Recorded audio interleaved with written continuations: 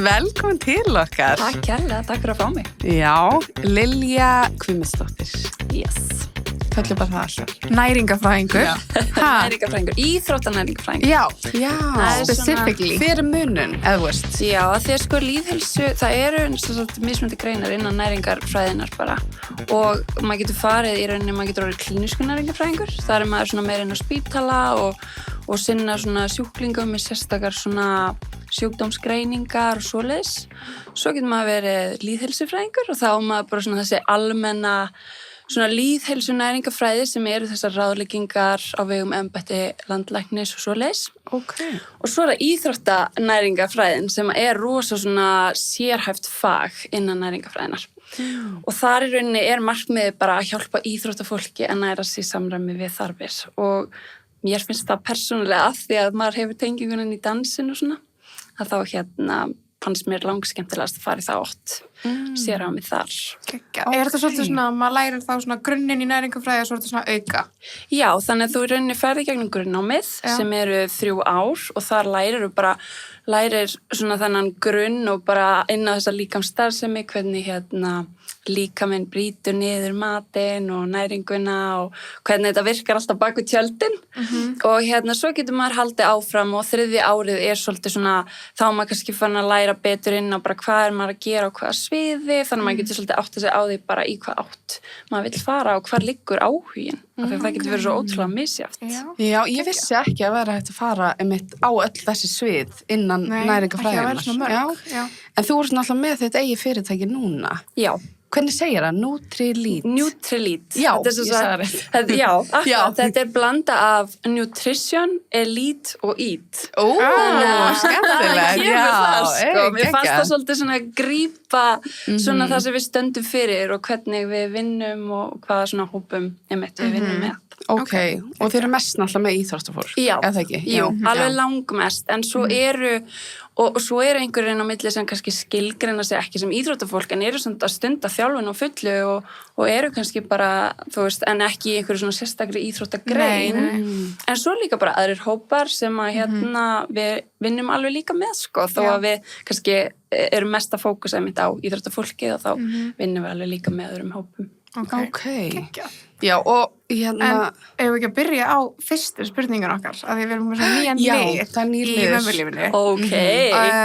Af því að okkur finnst svo gaman að heyra og ég er mjög forrættur með þína, en hvernig er morgunrútína þín? Það er sko heldur betur búið að hrista hans upp í henni. Við gerðum það á síðasta ári. Sérst við erum með 2 börn, einn 7 ára og eina 5 ára og svo er einn sem kemur til okkar aðra okkar helgi. Og þau eru rosa svona, það hefur alveg verið bras að koma þeim út á morgnana. Og það hefur verið mjög mikið bras, gaman að koma inn á þetta, að fá þau til að borða eitthvað áður þau fara á sína staði. Og þau hafa einhvern veginn aldrei viljað borða á leikskólanum heldur þegar eldri var í leikskóla af því að, sko, á morgnana. Af því að það er svo brjálað að gera og svo gaman að hitta vinina og fara að leika. Þannig að ég tók ákvörðun og við bara svona mitt ár í fyrra að búa til bara vel samsettan búst eða þeyting. Af því að þau fást til að drekka hann og maður getur, þú veist, sett hann saman þannig að hann veit okkur bara góða næringu og góða orku sem styður okkur inn í daginn. Þannig við byrjum á því og það einhvern veginn bara gerir allt miklu auðveldara því að það vill enginn hafa hangry börn og maður vill heldur ekki vera hangry inn í daginn sinn. Það er líka svo vont að byrja morgnana á eitthvað svona rosa harki að reyna að koma þeim út og svona. En sniðt ekki henda bara búst? Já. Ertu búin að gera daginn fyrir það? Nei, ég gera það bara. Gera á morgnana? Já. Hvað er í þessu? Það er, ég set yfirleitt jarðaber, blönduber og bláber af því að bara upp á þessa plöntupunkta við viljum reyna að fá inn sem fjölbreyttustu matvælin fyrir þarmaflórun okkar. Svo reyni ég að hafa einhvers konar prótengjá og það er yfirleitt bara vaniljuskir. Þegar ég er búin að hella í glösin fyrir þau þá bæti ég oft út í aukaprótínu fyrir okkur mig og manni minn. Svo reyni ég að hafa alltaf mulin hörfræ. Hörfræin eru svo satt mjög svona rík af omega-3 fitusýrum og sem þau eru annars ekkert að fá yfir daginn, þannig að ég vil bara koma sem mesti þarna inn strax.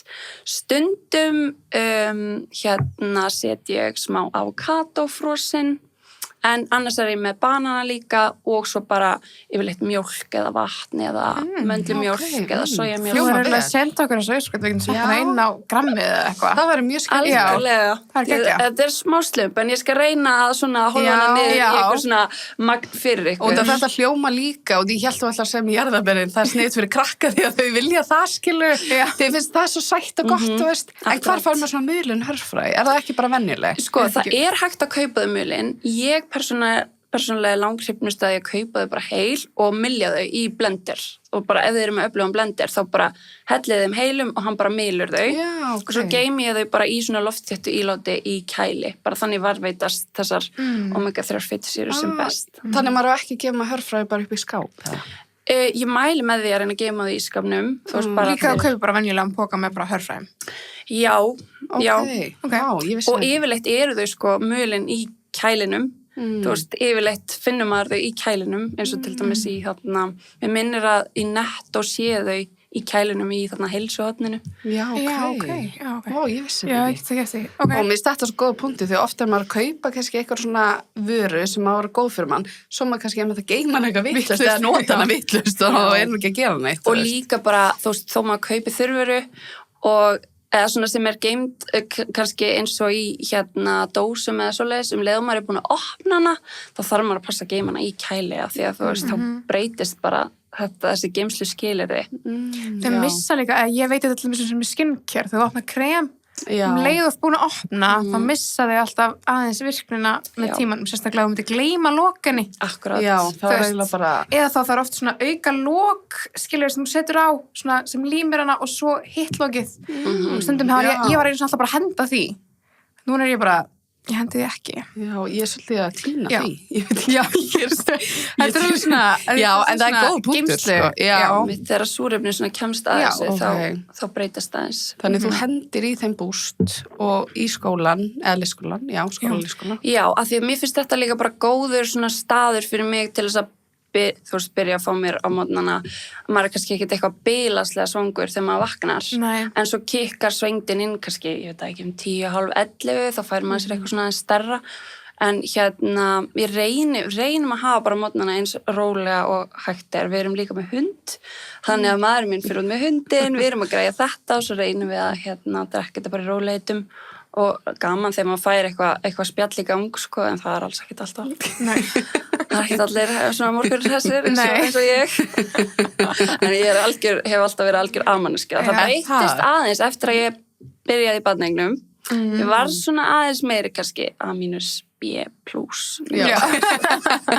Þannig En þú ert þá að vakna bara með börnunum einum á sama tíma? Já, kem þeim út dyrnar, en svo er ég að því ég vinn yfirleitt heima frá nema ef ég er að koma í eitthvað svona podcast eða ef við erum með fundi eða eitthvað svo les þá þannig að mér er mjög mikilvægt að mynda að byrja bara daginn vel svo maður, ég veit ekki, maður byrja daginn illa þá dregst það með manni inn í daginn. Já, ég sammála. Það er svona mikilvægt að ég svona góða morgunstuð. Það er samt oft erfitt þess að segja með krakka. Það er svona, þeir eru smá svona, verður smá svona stress, sko. Já. En það sem ég ætla að bæta við, ég líka reyna að passa að allir sé að taka D-vitamínu sitt og omega-3 fitusýrurnar úr lýsinu. Þannig við erum með lýsisperlur sem allir taka. Já. Það er samt líka einmitt mjög gott. Ég er alltaf að reyna að muna það og veist, ef ég vil ekki lýsi þá reyni að gefa hinum eitthvað annað, þú veist, D-vitamín spray og eitthvað svoleiðis. Akkurat. Já. Svo mikilvægt að halda þessu inn í rútínni og ég yfirleitt reyna að ráðleggja fólki af því að það eru mörg sem eru að gleyma D-vitamínu og það er svo greiðlega mikilvægt bara fyrir beinheilsun okkar að tengja það við venju sem er nú þegar í rútínni eins og þetta með bústi á okkur, þetta er alltaf inn í rútínni þannig ég man alltaf eftir perlunum fyrir aðra sem að kannski eru ekki að fá sér á mótnana og bara hafa ekki vilja það ekki að þá er hægt að geyma bara eins og lýsisperlunar við hliðina á tannburstanum þá sérðu þær allavega 2 á dag Ég vona allir sem tannbursta tvisvar á dag. Þannig tengi þetta við venju sem nú þegar það rótgróin í rútíninni. Það er svo góð, það er mjög gott tips, sérstaklega fyrir krakka út af þau eru náttúrulega líka bara að læra þessar nýju venjur, sko, að taka lýsi og vítamín og svoleiðis. Það er alveg þannig. En okkur langar líka að vita, hvenar, eða við morgunrútína, ertu með eitthvað svona hugleyslega að gera eitthvað svoleiðis, eða er það bara góð næring og svo bara heldur áfram í daginn? Já, sko, mér finnst rosa gott að skrifa dagbók. Já, ok. Finnst mjög gott, það er ekkert sem ég veit betra en að kveikja á kerti, sérstaklega í skammdeginu, kveikja á, ég er með kerti á skrifborðinu mínu, byrja bara aðeins, bara svona, hvað vil ég, hvað eru svona mín intentions í dag og bara hvernig líður mér, bara taka stöðu, tjekka sjálfur mér, gera það alls ekki alltaf, en ég finn alveg þegar ég ger þetta, það gefur manni meiri svona rón í daginn og svona maður sér meira fyrir sér bara hvað maður vill fá út deginum og hvernig maður vill verja orkunni sinni. Vá, það er sem geggjað. Vá, hvað ég væri til eitthvað með þetta, journaling, sko. Já, margir kannski kannast við þetta á TikTok, svona journaling, eitthvað. Journaling. En dagbók, það er líka einmitt. En hvernig, fékkstu áhuga á næringafræði og ferð svona, hvernig byrjaði þetta? Sko, ég held að ég hefði byrjað að spá í næringuna þegar svona undir lokin á ferlinu mínum, en eftir að ég fór svona þess að hugsa um þetta og rekja söguna tilbaka, þá í rauninni byrja ég mjög ung að spá bara í mat. Ég hef sagt þetta ofti bara á mínum miðlum og svona, en ég held ég hef verið svona 11 ára þegar ég var fyrst klippin í magan, bara you need to lose weight af þjálfaranum okkar.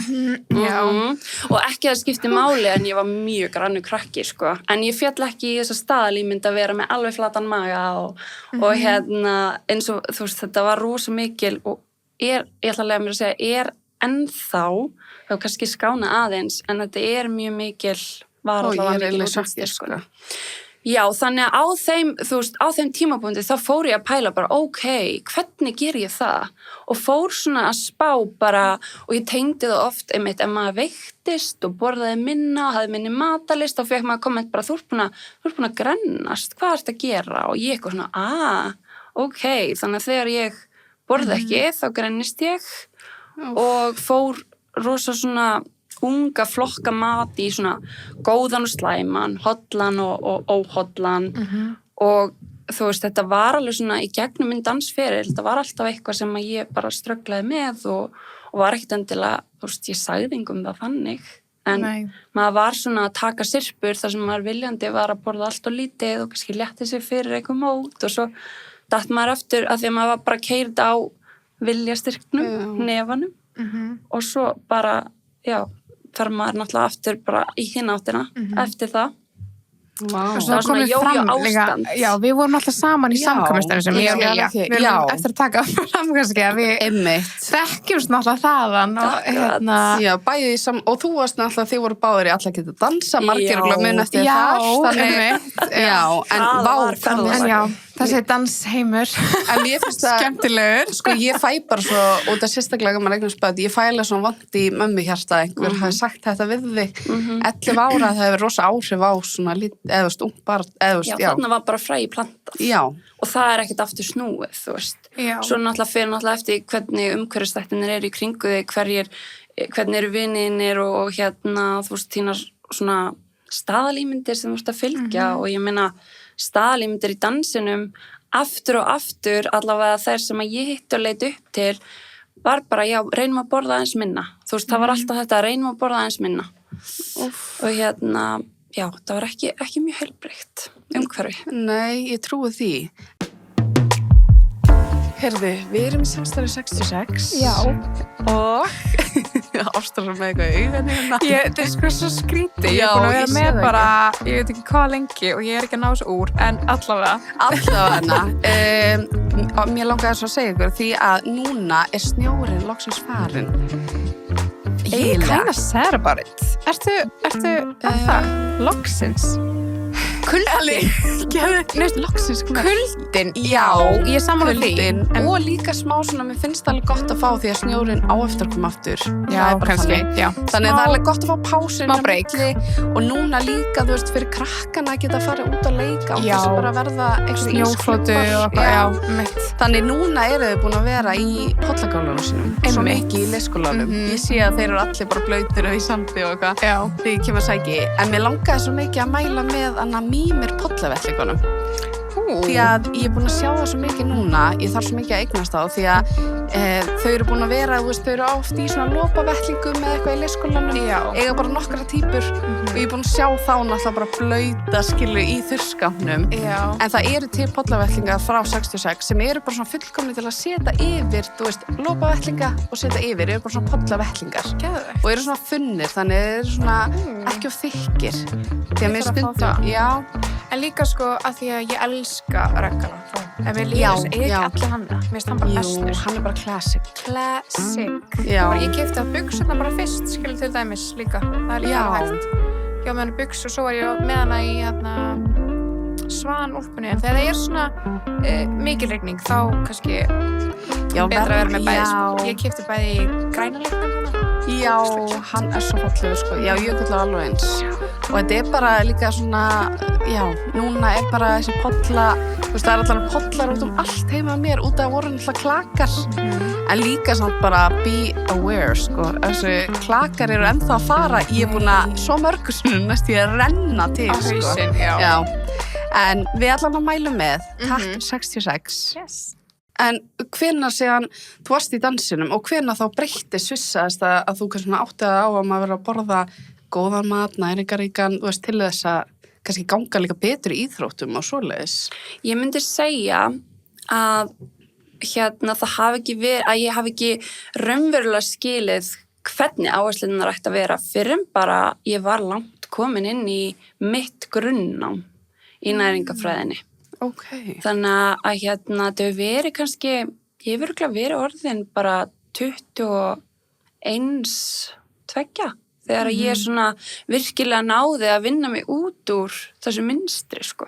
Vá, það er svakalegt. Mér finnst líka svolítið algengt og ég er mjög spennt svona eitthvað fyrir þessum þætti og spjalla vel í ljumynda því að ég held maður hafi mjög sterkar skoðanir eftir svona okkar bakgrunn og svona að fara alveg í hina áttina, skilur, þú veist, ég er alveg svona þú veist, vill helst ekki telja kaloríur eða, þú veist, alls konar svona, ég hef mjög sterkar skoðanir í sko öfuga átt, fattar þau? Akkurat.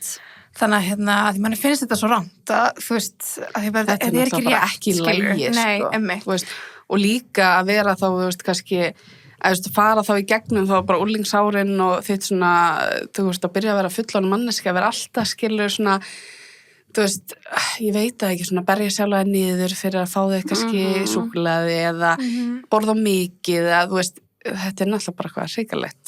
Og mér langar aðeins að koma inn á það að, þú veist, í samhengi við það, þá fer maður náttúrulega, það verður svo mikið skömm og maður svona fer að stimpla sig og nú er ég að vera slæma því að ég er að borða eitthvað sem er óhollt eða slæmt eða maður ætti ekki að vera að borða, ég set innan gæsalappa því að það er svo mikilvægt að við horfum bara á heildarmyndina þegar kemur að mataræði. En þá, að því að skömmin er svo mikil, þá fer maður náttúrulega að fela mynstrin sín. Og maður fer að, ég man alveg eftir því að ef ég keypti mér nammi og þú veist, var kannski búin að vera á bilað erfiðum æfingadegi og mér langaði í smá nammi þá faldi ég það. Þú veist, ég ekki séns að ég myndi sína neinum. Maður fer að laumast, sko. Og þannig fær þetta svolítið að grassera af því að maður svona... Já, enginn tekur eftir, mamma og pappi bara, já, allt gengur vel og... Váka það er svona... En gott samt að þú talar þetta og þau náttúrulega Ástursöfur líka minnst á þetta svona sína reynslu, þannig að þetta er svona, mér er svo mikilvægt að því að maður veit að margar ungar stelpur og nýbaka mæður og líka þetta er svona, mér finnst þetta oft svona, því ég tengi alveg mikið það svona að segja á marga vinkonum mínar, þetta er bara rosalega erfið tími og sérstaklega þegar maður er að verða svona úlingur, þegar allir byrja að pæla í öllu svona stærðum og akkur er ég svona og hinn svona og þetta er alltaf svona, ég veit það ekki, þannig að alveg mikilvægt að hafa í huga, sko, þú veist. En fannst þér þá ekki læra í gegnum námið einhvern veginn, náður ekki svona að hljómar allavega þannig að þú náður svona að hýla sjálfa þig í gegnum námið, er það ekki? Rosa mikið. Þetta var alveg bara, þú veist, og ég finna núna að þetta eitthvað sem ég á að vera að gera, þú veist, ég held maður að finna alltaf þegar maður fer að starfa við eitthvað svona þegar maður orðin fullorðin, ef maður verður ekkert fullorðin, að þá, þú veist, allavega fyrir mína parta, ég svolítið að hjálpa þeim, eða þú veist, vera röddin fyrir sjálfa mig sem ég hefði þurft á þessum aldri, af því að ég veit að ferillin hefði litið aðeins öðruvísi út ef maður hefði ekki verið að burðast með þetta. Þannig að mitt mission bara svolítið að hjálpa öllum, af því að strákar eru líka glíma við þetta, hjálpa öllu íþróttafólki að komast á þann stað að það eigi heilbrigðissambandi að það sé að næra sig í samræmi við þarfir hverju sinni til að fá sem mest út úr hverju æfingu, flýta fyrir endurheimtinni, halda líkamannum heilum, af því að þú veist, ef við erum ekki að næra okkur í samræmi við þarfir, þá aukast líka bara líkur á meiðslum og þú veist, tíðarhringurinn hjá okkur og beinþétnin og allt þetta. Vá, það er mjög góð punktur, sko. Ok, mér svo gaman að nefna líka tíðarhringina því að það búið svo mikið umræða það núna og líka bara hjá okkur í podcastinu og bara já, maður búin að læra ótrúlega mikið. Maður læra svolítið mikið það. En ef við förum svona í bara svona að því það er janúar. Það er janúar, heldur betur, ég finn fyrir því. Er það ekki? Ég get ímynda mér svo mikið að gera hvað þér núna. Já, það er svolítið mikið að gera. Allir að taka sig í gegn og... Já, allir að ætla all-in núna. Já, en mér finnst einmitt svolítið svona, og við tölum það í síðasta þætti eitthvað, það var svona þetta prjóna yfir sig í janúar, skilur og svona, ertu með eitthvað svona, þú veist, hvað er best að byrja á bara svona heilbrigðan hátt, þú veist, ertu með eitthvað svona tips, hvað er best að byrja fyrir fólk sem að, bara svona almenning, skilur, þú veist? Já, sko, það sem ég langar að byrja að segja í samhengi við þetta er bara, við myndum, ég vona allavega, við séum samla það, við myndum ekki stíga upp á sófanum og fara að hlaupa heilt marathon. Nei. Þú veist, við erum búin að átta okkur á því að við þurfum að bæta við þjálfunar álagið hægt og rólega, við þurfum að gefa líkamannum tíma til að venjast í, til þess að bara venjast í að taka á móti meira þjálfunar álagi og breyttum venjum, þú veist, sem fylgir breyttum hreyfivenjum. Þannig af hverju erum við ekki að hugsa eins næringuna? Þetta er svona, mist fólk oft einmitt bara alltaf fara þetta bara á hnefanum og það svona, þú veist, það heldur kannski út í einhverja vikur og svo er það bara sprungið og það einhvern veginn fer akkurat í hina áttina mitt og bara svona, og fer aftur í þetta niður yfir samviskubit og þetta ítir undir hennan svona jójó vítarhring þar sem maður festist í að taka sig á og svo detta af vagninum, taka sig á, detta af vagninum. Já. Þannig það sem ég bið fólk alltaf að gera er bara að í fyrsta lagi átta sig að því við þurfum að peysa okkur. Það er alltaf lagi að hafa stór markmið. Við þurfum samt að brjóta þau niður í geranleg skref af því að við förum ekki úr sófanum í heilt marathon. Bara til að taka þá samlíkingu. Þannig að stígum eitt skref tilbaka og það sem mér finnst gott að biðja, og þannig vinnum við líka, við reynum að vinna með sem minnstu breytinguna fyrir sem stærsta ávinningin. Og það sem ég meina með því að oft er það hluturinn sem við byrjum á er bara máltíðaminstrið.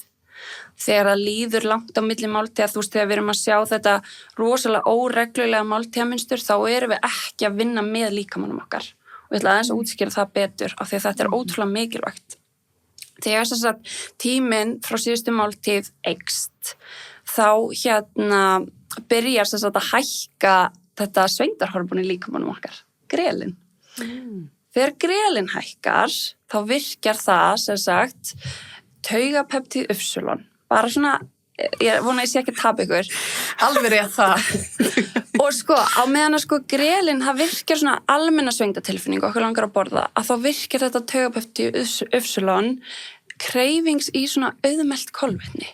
Þannig að og mörg sem er að ljósa per moment núna, bara já, ok, þannig að þegar líður rosalega langt á milli máltíða, þá erum við ekki eitthvað, þú veist, kannski 5-6 tíma sem við borðum síðast, ég er ekkert að kreifa, þú veist, grænmeti, kjúklingabringu, skilur mig, þú veist, maður, heilin fer bara, heyrðu, hvað er að gerast hérna, fer að leita leiða til þess að fá inn skjóta orku. Og ég tek yfirleitt dæmi byrði fólk að hugsa hvort þau hafi einhvern tíma farið svöng út í búð til dæmis. Já, oh my god. Þú veist, óþarfinn sem maður kemur með heim versus ef maður er bara saddur og sæll, þú veist. Og líka í þessu ástandi þegar við erum orðin ótrúlega svöng, þá yfirleitt ofmetum við orkuna sem við þurfum, af því að við bara einhvern veginn, þú veist, okkur finnst við þurfa miklu meira heldur en í rauninni við þurfum og við borðum miklu hraðar sem verður til þess að við erum ekki að gefa líkamanum, meltingunni og heilanum þetta tækifæri til að tala saman og stoppa þegar við erum svött. Þannig að oftast þegar við erum alltaf svöng borðum við hratt og borðum oft langt umfram orkuþörf. Þannig að þetta svona yfirleitt fyrsti og þetta yfirleitt atriði sem getur umturnað bara fæðuvali hjá okkar skjólstæðingum, bara skilur á milli hvort viðkomandi þurfa að fara daginn á hnefanum eða bara getur bara svolítið svona unnið með sér. Ok, wow. Þetta mikið af upplýsingum. Og það ég sé fyrir mig bara, já, og ég líka, og ég veit ekki svo oft ég farið söngibúðina, keypt mér bara keksbaka og hakkaði í mig á leiðinni heim. Já, þú veist, og svona, bara svona verða að fá eitthvað og bara svona, fatt ekki að keksbakin búinn. Og svo ég kannski bara að drepast í maganum, ég bara, eitthvað ég borða. Nei, já, bara þetta var ekki sniðugt, þú veist. En ertu þá með eitthvað, þú veist, tips fyrir þessu? Ég held að margir lendi í þessum aðstæðum, skilur. Þú veist, hvað maður að gera til að svona preventa þetta? Sko, það sem ég finnst gott að gera svolítið að greina mynstur sitt og maður getur gert það til dæmis með því að halda bara einfalda matadagbók. Þetta þarf ekki að vera grömmin af þessu sem þú fékkst þér. Þetta getur verið bara klukkan þetta fékk ég með máltíð, hún samastóð af þessu. Og bara prófaði einn dag og séð bara hvar líður meira en til dæmis 34 klukkutímar á milli máltíða. Það við með 3-4? Já, sirka. Svona reglulegt máltíðamynstur, þá erum við yfirleitt að miða við tala sko 3 puttaregluna. Fyrsta atriði þar sko 3 stoðmáltíðir og það þá morgunmatur, hádegismatur og kvöldmatur. Annað viðmið ég ætla að gefa bil af því að það kannski fólk sem ekki í fullri þjálfun að hlusta líka. Þannig að annað atriði 1 til 3 millimál. Þannig að fyrir afreks íþróttafólk í mikilli þjálfun þá erum við að stílin á 3 millimál, reyna það. Fyrir einhvern sem í minni hreyfingu og þá 1 til 2, svona cirka. Okay. Og svo þriðja atriði að líða ekki mikið meira en 3-4 klukkutímar á millimál til það. Okay. En eru það ekki að hugsa svona hvað morgumatur, svo kannski millimál fyrir áðurna hádegismatur Já, til dæmis, já. Síðan klukkan svona 3 og svo kvöldmatur. Jú, svona cirka. Og það yfirleitt, ég veit ekki með ykkar hlustendur, en svona flest sem að koma til okkar og að vinna með okkur, það yfirleitt máltíðin á milli hádegismatar og kvöldmatar, þetta millimál þar sem gleymist. Þá fólk að bruna beint á vinnunni og kannski ekki búin að hugsa fyrir neinu millimáli þar og kemur heim og bara einhvern veginn svona að ég kalli þetta skáparáp, maður fer svona, þú veist, að reyna að leita í öllum skápum. Reyna að finna gömlu konfektmólan. Bara, demit, ég bráðin allt á svöng. Og svona ryggsugar í sig, svolítið. Og það versta við þetta að, þú veist, eftir á, þá fer maður svona, akkur valdi ég þetta, akkur, þú veist, maður fer svona rífa sig niður í stað að átta sig á ferlunum, af því að það oft fyrsti staðurinn, bara átta sig á, þetta ekki þú að vera löt, þetta ekki þú að vera ekki með viljastyrk, þetta eru lífeðlisfræðilegir ferlar í líkamannum, leið við getum átta okkur á því, þá getum við tekið skref tilbaka og bara, ok, á morgun, þá ætla ég að fara með nesti í vinnuna, þannig ég sé búin að borða 3-leytið áður en ég keyri heim. Vá, hvað það mér svo góð punktur að segja þetta, því að einmitt, maður ekki latur og maður ekki bara eitthvað svona, svo oft eitthvað svona, ég elska bara nammi og sætindi, veist, ég held að sé smá svona mýta, maður þurfi bara orku, já, þetta bara líffræðilegt. Já, vá. En ég held að sé líka, allavega svona persónulegri reynslu, að ég pínu confused hvað ég á að fá mér hana. Já. Ég meira skýr á svona morgumatur, hádegismatur, kvöldmatur. Það svona meira svona til að borða þetta. En millimálinn finnst mér persónulega erfiðar til að vera eitthvað svona, já þetta. Ég skila mjög vel og þú veist máltíðasamsetninga vefjast fyrir mörgum. Þannig að mér finnst gott, við erum yfirleitt með svona sjónrænt útskýringaskjal fyrir okkar fólk. En mér finnst gott að leið fólk þekkir inn á orkuefnin. Þú veist hvaðan það fær trefir í kolvetni til dæmis, hvaðan það fær prótein, hvaðan það fær fitu og svo það liturinn sem ávextir og grænmeti sem oft gleymist og sérstaklega þegar fólk farið að trakka og telja þá svona gleymist mitt þetta grænmeti og ávextir að fólk verður svona ofurfókusað á bara prótein, kolvetni og fitu. Þannig að gæði matvæluna oft býður hún ekki. En allavega leið og við erum búin að læra þessi grundvallar atriði, þá fer að verða svo auðvelt í huganum bara að setja saman staðgóða máltíð, þannig að þú kannski segjum millimála þessum tíma getur fengir, já ok, próteingjafi kannski fá mér gríska jógurt einhvers konar kolvetnagjafi, ég ætla kannski að fá mér smá músli úti einhvers konar fitugjafi, það gæti verið smá hnetusmjör, það gæti verið mulin fræ blanda úti, það gæti verið að múslið innihaldi hnetur og fræ, þannig að þá það bara búið að tjekka þau í box, svo bara leitur hann eftir, hvað passar með þessari máltíð, kannski fersk ber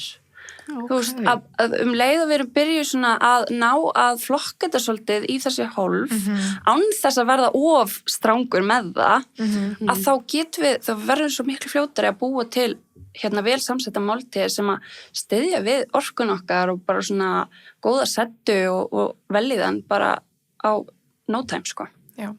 Og mér finnst þetta með svo oft þegar ég var mamma, þá byrjaði að pæla svo mikið hvað þau eru að borða.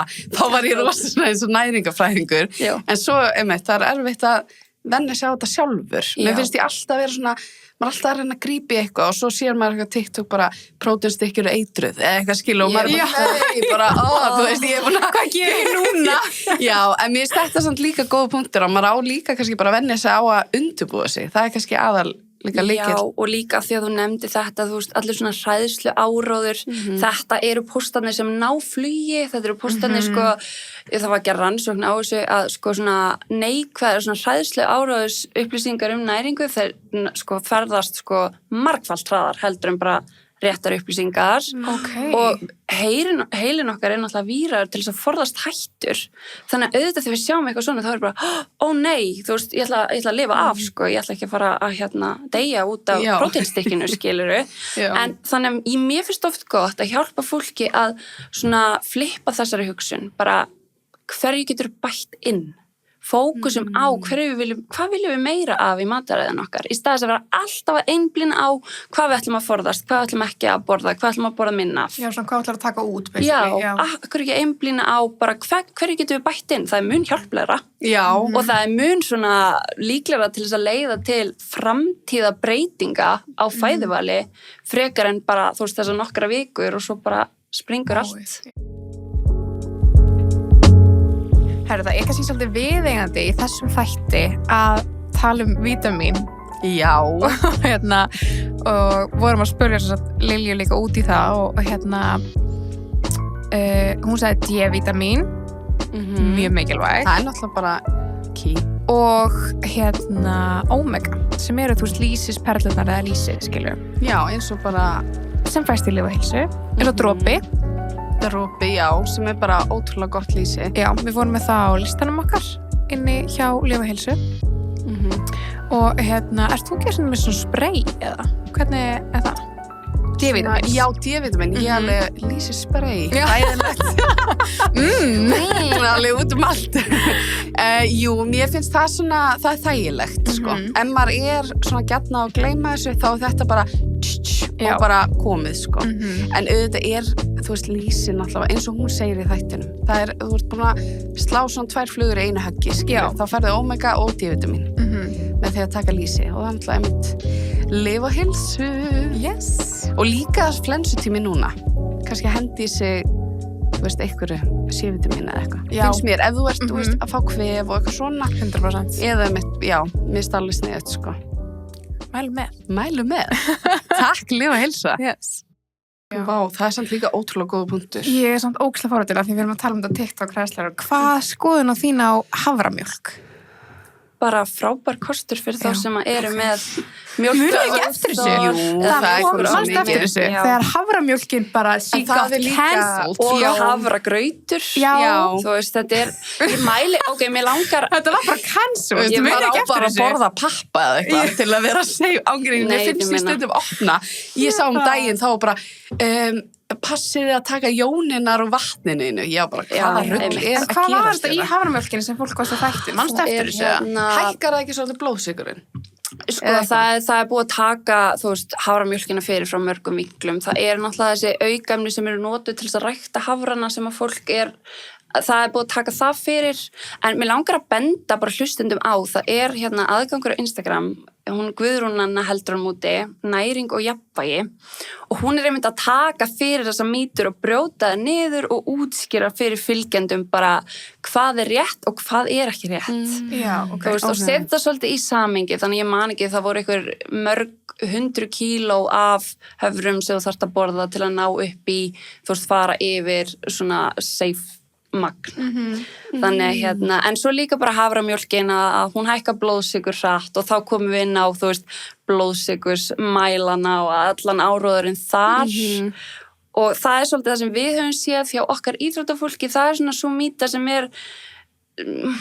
fólk svona að opna augun, en það var í langan tíma, komum rosa mikill hræðsluári tengslu við bara kolvetni og hvað spæka blóðsykurinn sem nota bene stundum bara mjög gott fyrir íþróttafólk af því að það þarf þessa orku inn í vöðvana til þess að nýta við þjálfun. Nei, en ég meina þú, í hvaða tilfellum ertu að tanka niður mörgum lítrum af haframjólk á dag, þetta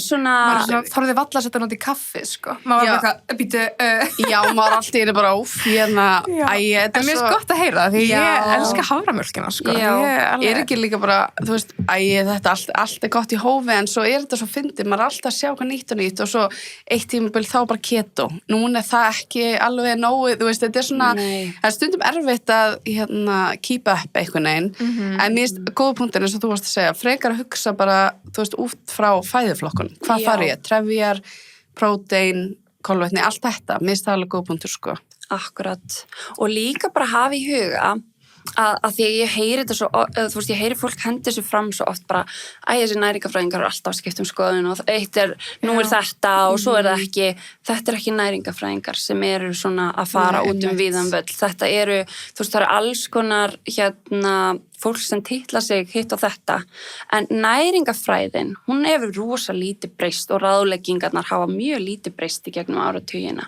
þannig að mér langar bara að koma því á framfæri. Mér finnst það líka alveg mikilvægt að fólk sem meðvita þegar að skoða TikTok hjá einhverjum sem bara eitthvað bara borða ávist eða ekki borða ávist eitthvað, frekar líka að sjá manneskjan einmitt menntun næringafræði, hvað hann að fá þessar upplýsingar, maður þarf að vera svona, á líka bara netin í dag, maður má ekki bara svona kaupa við öllu eitthvað. Mér finnst svo mikið núna bara TikTok said it og það bara biblían, Ég veit það, en svo einmitt ég ofta að tjekka við í vinkonum mínu svona læknir og hún svona bara, hún veit ekki hvað að gera við sjálf sig, því að hún bara, hvað rugl þetta? Ég veit það, ég stundum ég bara, hvert við komin, af því að upplýsingaóreiðan í tengslum við næringar tengdar upplýsingar orðin svo gríðarlega mikið og bara að, ef við förum inn á önnur svið líka, ef út í það farið, en þetta í sumum tilfellum bara mjög, hættulega ráðleggingar sem við að koma hana út, þannig að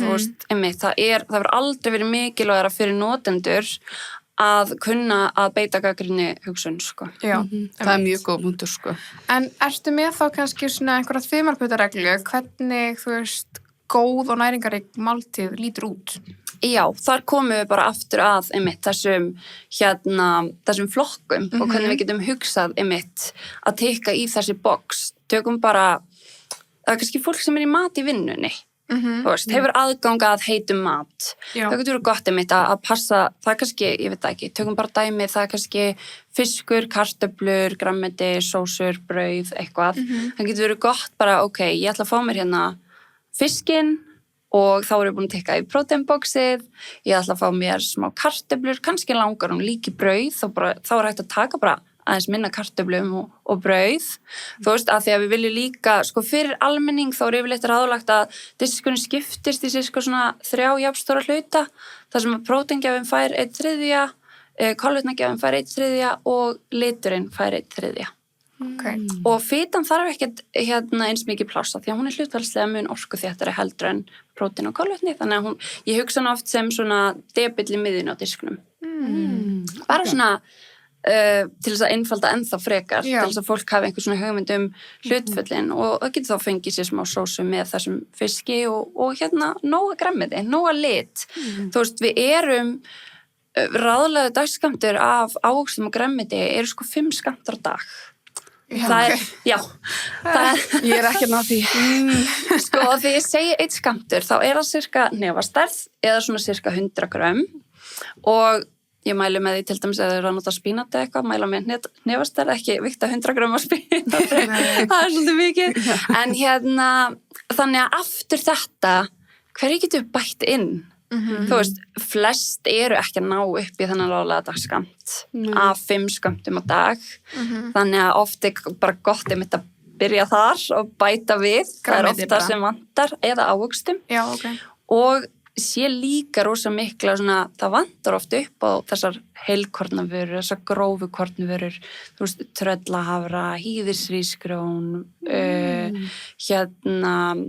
grófu brauðin, brúna pasta, þú veist, allt sem svona gróft og veitur okkur mikið af, trefjum, ómeltalegum, fásikrum og svona sem næri þarmaflórun okkar. Þetta eiginlega svona eins og næring fyrir þarmaflóruna, fyrir æskilegu örverurnar í þarmaflórunni og gaman að segja frá því, ég reyni alltaf að tengja þetta svolítið inn í umræðina með krökkunum mínum að gera þetta svolítið bara einfalt að þá eru kannski, ef við erum að borða banana bara að þá hef ég nefnt við þau, það eru trefjamunni í bönunum sem að góðu kallarnir borða, þannig að þeir verða sterkari og geta hafa meiri kraft til að berjast við þessa kalla sem að reyna að gera okkur veik og svona.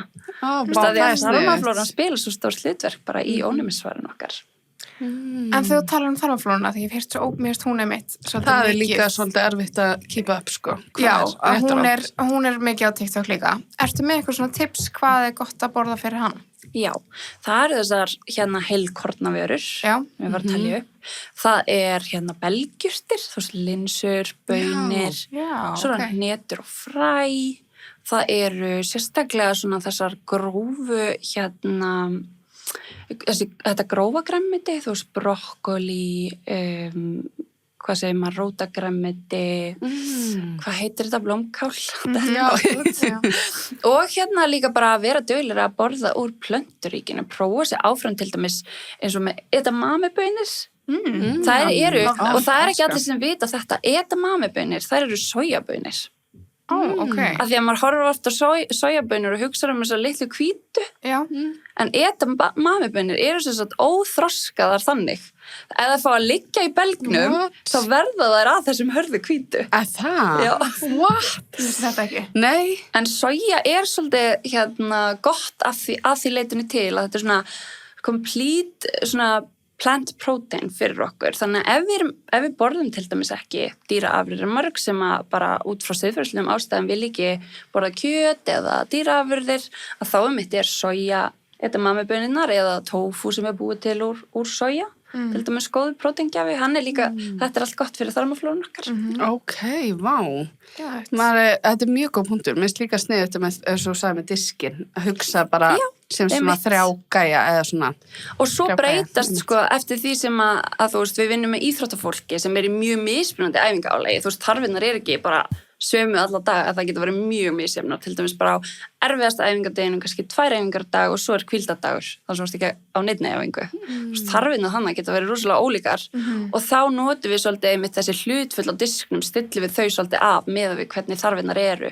Þannig að kannski erfiðasta æfingadeginum þá fer hlutfallega kolvetnum aðeins upp, þá hækkar það aðeins á kostnað litarins. Já, ok, það sniðugt líka. Já. Þannig að má aðeins svona sveigja þetta til. Akkurat. En maður sjá, okkur langaði líka bara að vita svo mikið í umræðin núna karlar og konur þurfa öðruvísi næringu og allt svoleiðis út af bara tíðarhringnum og því.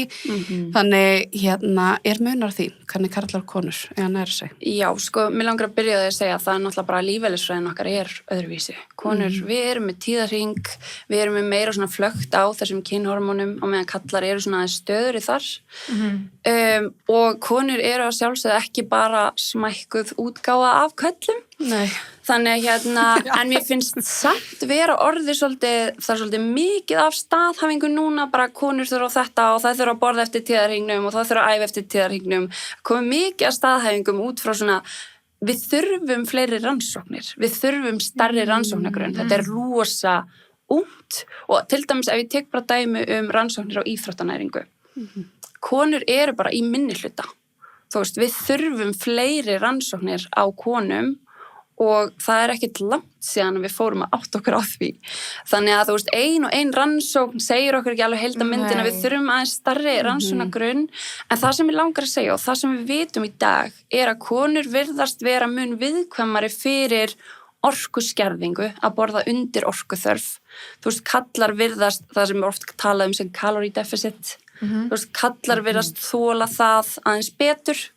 Við virðumst vera viðkvæmari fyrir því að fasta, vera að reyna að fasta til hádegis og borða innan ákveðins tímaramma eða fara fastandi á æfingar. Sé það mjög ofta konur að reyna að fara fastandi á morgunæfingar sem eru kannski mjög svona high intensity, mæla ekki með. Og ef við erum að borða eða líður alltaf langt þangað til við borðum eftir æfingar. Þannig að við virðumst vera bara viðkvæmari fyrir þessu heldur en kallar. Þannig að mér langar bara að hvetja konur til þess að átta sig á því að til dæmis ef við erum að sjá breytingu á tíðarhring, ef við erum allt í einu farin að fara sjaldnar á blæðingar eða við hættum á blæðingum, að það ekki eðlilegt. Og ég segi þetta að því ég hef unnið með svo mikið af ungum stelpum, að því að þetta svo algengt að það halda það að þetta sé bara normið þegar maður er að stunda íþróttina sína. Þetta ekki normið, þetta ekki eðlilegt. Já. Þannig að þetta rauður fáni það að við séum ekki að fá inn næga orku. Og þegar við sjáum þetta, þá þetta svona indikator það að við gætum verið komin í ástand sem kallast hlutfallslegur orkuskortur í íþróttum, sem hefur bara neikvæð áhrif á hormónastarfsemin okkar, beinþéttnin okkar, meðslatíðni. Er ekki bara næringarskortur það? Þetta ekki alveg, sko, jú, þú ert í rauninni, það þegar að ástandið orðið þannig að orkan, ok, þetta smá flókið, ég ætla að reyna að einfalda þetta.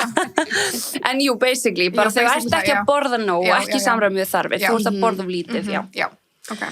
En líka, maður heyrir oft, þú veist, ég var ekkert að heyra bara eitthvað, ég man ekki í útvarpinu eitthvað, nei, örugglega ekki í útvarpinu, það var eitthvað podcast eða eitthvað, og þá var að segja bara eitthvað, já, það eðlilegt fyrir, kannski stórmóti eitthvað að maður hætti á blæðingum. Einmitt. Þú veist, pældi, einhver segja þetta og svo eitthvað hlusta sem kannski æfað sama og bara eitthvað, já, það meikar sens að ég sé núna bara hætti á blæðingum og svo leis. Og auðvitað, það svolítið, sko, hættulegt að segja svona blatantly bara út, þú veist, ég meina auðvitað geta komið upp aðstæður þar sem viðkomandi bara í einhverju mjög miklu streitu ástandi og það verða breytingar á tíðarhingnum, að því sögðu þá það ekki eitthvað sem við eigum bara að normalæsa og þannig þetta bara. Þú veist, að því ég veit ekki hvort þú hefur upplifað Ástrós, ég man bara þegar maður var að ræða þetta með stelpunum, þú veist, í búningsklefanum og það voru svo margar í sumum sporum að maður bara svona, já, ok, þetta bara eðlilegt. Já. Af því að þetta var svo algengt. Einmitt, og enginn kannski að tala. Hætti alltaf blæðingum, sko. Já. Eða svona misjaft, en svona, jú, því meira álægir þá, þú veist. Og líka var ekki þá oftast þá karlmannsþjálfari, eða þú veist. Ekkert alltaf, sko, en ég ætla samt að alveg að leyfa mér að segja að þeir kvenmannsþjálfara sem ég var með voru ekkert skárri. Þeir voru bara oft verri ef eitthvað var. Já, ég vákvætti sorglegt, ég vona allan að þú veist, einmitt, að svona podcast-þættir og svona, þetta mun alveg skila sér og hafa áhrif út af því að það þú veist, það sem maður á að gera, taka umræðina og svoleiðis, sko. Það nefnilega máli, við þurfum að ræða þessar hluti, þetta á ekki að vera tabú. Nei. Þú veist, við eigum ekki þurfa að burðast með þetta í þögn, þú veist, við þurfum bara að opna á þessa umræðu. Án gríns, það mjög mikilvægt, sko. En já, hvað áhugavert að heyra þetta, sko. En út af við erum að tala konur og okkur langar bara svo rétt svo að koma inn á kannski meðgöngu og nýbaka mæður, þú veist, næringu og svoleiðis. Já. Og eða með barn á brjósti, kannski svona þessir 3 aspektar. Akkurat. Hvernig næring þar skilur? Já, það sko, bara, það alltaf stuðst við þessar almennu ráðleggingar frá embættislækninu, þar sem fer svolítið bara summerar upp, þar sem við höfum verið að koma inn á að velja heilkornavörur, velja fisk 2-3 viku, reyna að velja svona lean próteingjafa, kjúkling, fitulítið kjöt, reyna að borða meira af baunum og linsubönum, netum og fræjum, þú veist, allt svona, þú veist, bara svona næringaríkum matur í grunninn. Að því sögðu þá náttúrulega hækkar þörf fyrir orku á meðgöngu og þörf fyrir ýmis næringarefni, til dæmis bara fólat hækkuð.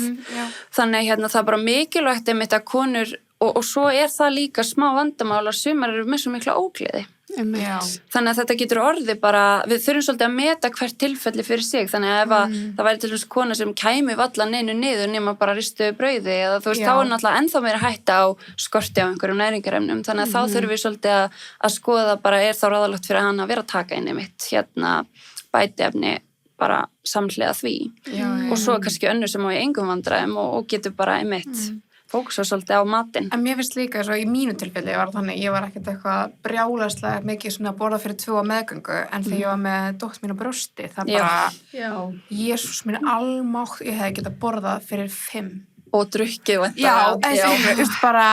ég hef ekki upplifað annað eins, þetta var rosalegt. Og líka bara maður líka svitna, eða það mikið í gangi líka. En er það ekki eitthvað svona líffræðilegt líka þar, að þú þarft svo mikla, Jú, þú ert náttúrulega bara að framleiða vökva, þú veist, fyrir barn, þú veist, bara að, þú veist, hjálpa unga barni að vaxa og dafna.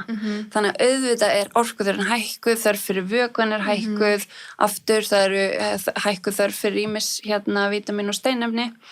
Þannig eins og ég segi, ég er ekki sérhæfð í meðgöngu eða svoleiðis, en það eru góðar ráðleggingar bara inn á heilsuveru minni mig, og svo ein sem sérstaklega sérhæfð í einmitt svona unga börnum og svoleiðis, hún með matarlíf á Instagram, bara svo ég gefi öllum kollegum mínum sjá við erum sérhæðar í svo mismunandi hlutum í næringunni. Þannig þær eru þá bara næringafræðingar í börnum? Já, til dæmis, og Berglind sem með matarlíf, hún líka næringafræðingur inn á heilsugæslunni og tekur á móti börnum og fjölskyldum. Það er geggjað tips fyrir ykkur sem með lítil börn, því þetta var svo mikill hausverkur fannst mér því ég var að byrja að gefa dóttur minn að borða og ég var alltaf með samviskupið alveg bara svona, er hún að fá nógu mikið af öllum, þú veist, maður alveg svona. En það ekki bara sama reglan þar með þessa fæðuflokka og það sem þú þurfum að nefna nema það að börn hafa af því að ráðleggingarnar eru sem sagt hugsaðar frá heilbrigða einstaklinga frá 2 ára og eldri og líka gott að átta sig á því að börn hafa hlutfallslega hærri þörf fyrir kolvetni, af því að þau við geymum kolvetni á formi glýkógens í vöðvum og lifur og án þess að fara of tæknilega í þetta, þá eru börn bara með takmarkaðri getu til þess að geyma þau, þannig að þau þurfa að vera fáðu reglulega úr fæðunni yfir daginn, þú veist, heilin til dæmis gengur fyrir glúkosanum sem við fáum úr kolvetnunum og svona alls konar, þú veist, flesta frumur líkamanns bara treysta á þennan glúkosa sem við erum að fá úr kolvetnunum, þannig að þegar fólk fer að skjóta niður blessuðu kolvetnin þá svona, byrjum ekki eftir að þessu eins og með keto, alltaf margir sem verður bara glærir svona hausinn bara farið bara svona, því að það náttúrulega ekkert, þú veist, heilin ekki að fá neitt í því ástandi, það verður svona ketos ástand, það sem að líkaminn fer að framleiða það sem kallast ketone bodies sem að líkaminn getur líka nýtt, heilin getur líka nýtt fyrir orku, en það er rosa orkukræft ferli sem neyðir líkamann í að nota til dæmis fitu og önnur byggingarefni sem orkugjafa sem hann vill helst ekkert gera, þú veist, hann vill ekki þess vegna notar hann yfirleitt glúkosan, þú veist, í endur eðlum kringustæðum. Þetta er áhugavert. Við erum í samstæðinu Nova. Já. Og við erum alltaf mikið í þessum þætti svona að tala næringu og alls konar. Heilsu. Og þeir eru alltaf, Nova núna með snjallheilsu. Já. Sem algjör snilld, Þeir eru afsaka Ástrós ennþá með eitthvað auganu, hún er svo mikið að blikka mig. En já, en ég sem sagt með úri núna og ég að prófa mig áfram með það. Mér finnst þetta, ég strax orðin ógeðslega lúðaleg típa alltaf svona að kíkja úrið. Já. En þetta magnað. Ekki mikið af fítusum í þessu? Ég alveg bara svona... Ég alveg í sjokki, eins og í gær þá var ég að svæfa jökul og það kom upp síðan bara eitthvað, núna tími til að standa upp. Já, og síðan var ég að fylgjast með skrefanum mínum í gær og það er svo satisfying. Ég var bara eitthvað, my god, ég tók 7000 skref og mér fannst ég ekki gera neitt. Nei. Og líka, svo fyndi ég var eitthvað með krakkana að lyfta þeim og var með þeim í búðinni og eitthvað svona í gær og svo kom bara, wow, what a great workout já, bara það er æði ógeðslega fyndið. Já, og ég hef ennþá eftir að læra inn á það því að maður þarf alveg svona að gefa sér tíma wow, einmitt, það var að koma tölvupóstur Notification. Þannig þetta er ótrúlega næs og síðan áður maður fyrir að sofa þá er ég búin að stilla á svona tæmer að úri bara slekkur á öllum notification og fer í svona sleep mode þannig að ekki og sterk birta og svo get ég mælt svefnin. Þannig að þú varst búin að sofa með það? Já, en síðan glemdi ég að hlaða þannig ég vaknaði með það batterislaust en það er rafmagnslaust en það er bara byrjanda mistök. Já, en það er svo mikið af flottum fítusum og svona, ég skil núna the hype, að ég fættur Já, við hefum hvorugar átt svona áður. Já, ég bara, mér finnst þú alveg svona the last ones. Já. Finnst þið það ekki? Jú, mér finnst líka fólk sem fær sér svona og ég held að við séum bara að fara join the club, verða bara obsessed. Já, og það ég var alveg svona, ok, slaka á, með þessi skref. Ég verð típan alveg svona, wow, þetta er skrefin mín í dag. Ég held að það sé alveg worth the hype. En mér finnst það líka sniðugt þegar að við vorum að skoða úrin og svona, það sé svona snjallheilsu svona liður inn á Nova sem að var alls konar inn á. Það geðið sniðugt. Ég sá brúsa. Já. Það er svolítið áhugavert. Við þurfum að skoða þetta. Þetta var geðið. Svona skemmtilegur svona. Þannig, já. Og líka bara maður vill taka heilsuna svona aðeins og fylgjast með eins og Lilja talar í þættinum. Það er það gott svona, bara svona til þess að vita hvað maður er að gera. Allavega ef einhvern tímann að fá sér Apple Watch úr og ef þú ert svona Apple Watch virgin eins og við Apple Watch virgin það er þetta núna tíminn sko. Það er allan að líka bara alltaf þetta að fara í Nova og fá sér kaffibolla þegar alltaf maður geði kaffi ég er alltaf stolt að það sko. Já, ég elska þannig og fá bara kynningu okkar þannig, já, takk Nova. En já, við erum alltaf búin að fara, við erum að tala þetta keto og allt svona, alls konar mýtur tengdar eins og við erum eiginlega búin að ræða, tengt næring og svoleiðis. Akkurat. Ertu með eitthvað svona mýtur sem þú bara svona dettur í hug sem eru bara, fólk kannski bara, þetta er svona, en þú veist að það er ekki þannig? Já, það er þetta með, einmitt lágkolvetna og keto mataræði og í því samhengi líka bara karnivór mataræðið. Já, einmitt. Það er náttúrulega bara... Það er rosa vinsælt núna. Já, það er einhver tískubóla og einhvern veginn hafa forsvarsaðilar þessarar byltingum að kalla, náða að samfæra sig að við þurfum ekkert annað en kjöt fyrir heilbrigða þarmaflóru. Ég skil ekki, þú veist, math ain't mathing, sko. Já. Þetta er ekki, þú veist, það vantar allar trefjar, og einhvern veginn mitt komið rök fyrir því að við þurfum ekki trefjar fyrir heilbrigða þarmaflóru. Mér finnst það bara svo vera að gera lítið úr sérfræðingum sem eru búin að sérhæfa sig á sviði næringar og þarmaflóru af því að við sjáum svo sterkt bara borða meira úr jurtaríkinu hefur jákvæð áhrif á þarmaflórun okkar. Þannig að þetta er eitthvað sem að mér finnst mjög mikilvægt. Svo er kannski líka bara saltumræðan að allt í einu er ég farin að sjá bara, þú veist, fólk er bara farið að fá sér bara farin að hella salt út af matinn sinna því að það heldur að sé einhverjum svona saltskorti. Já. Þú veist, ég veit ekki, hafið orðið varar við þetta? Sko, ég sá þetta á TikTok þetta, ég veit ekki á hvað algoritma ég er, en það er að setja salt í vatnið, þú veist, ég er svona, kannski út af mér finnst þetta áhugavert, ég er oft svona, hvað er það að gera? Forvitin. Já, og þá bara svona, en að setja salt í vatnið. Ég meina, sko, við þurfum salt er rosalega mikilvægt, en eins og með allt bara, the dose makes the poison, sko. Við þurfum að, þú veist, það er ekki ráðlegt, konur, sko, svona viðmiðunarmörk fyrir konur til dæmis 6 grömm af salt á dag og fyrir kalla er það 7 grömm út frá því að við erum að fá allt og mikið salt, þetta getur ítt undir háþrýsting og bara svona háan blóðþrýsting og getur valdið sko líka í hinn áttina slæmum afleiðingum, en að því sögðu þá náttúrulega af því að ég er að vinna með mikið af íþróttafólki sem svitna mikið og svona, þá getur verið gott einmitt að nota svona steinefna saltblöndur í vatni sitt í kringum æfingarnar, sérstaklega ef þær eru en mælur ekki með því bara yfir höfuð? Þú veist, að eins og til dæmis salt og steinefnin sem koma í duftinu og það, skilur, er það... Yfirleitt þá erum við ekki að því ef að einstaklingur er ekki að svitna rosalega mikið, er ekki í high intensity æfingu og æfingin er undir klukktíma. Það er svona eiginlega viðmiðið sem við fyrir svolítið eftir hjá okkur. En eins og ég er að æfa í heitum salt. Það gæti verið sniðugt á fyrir þig.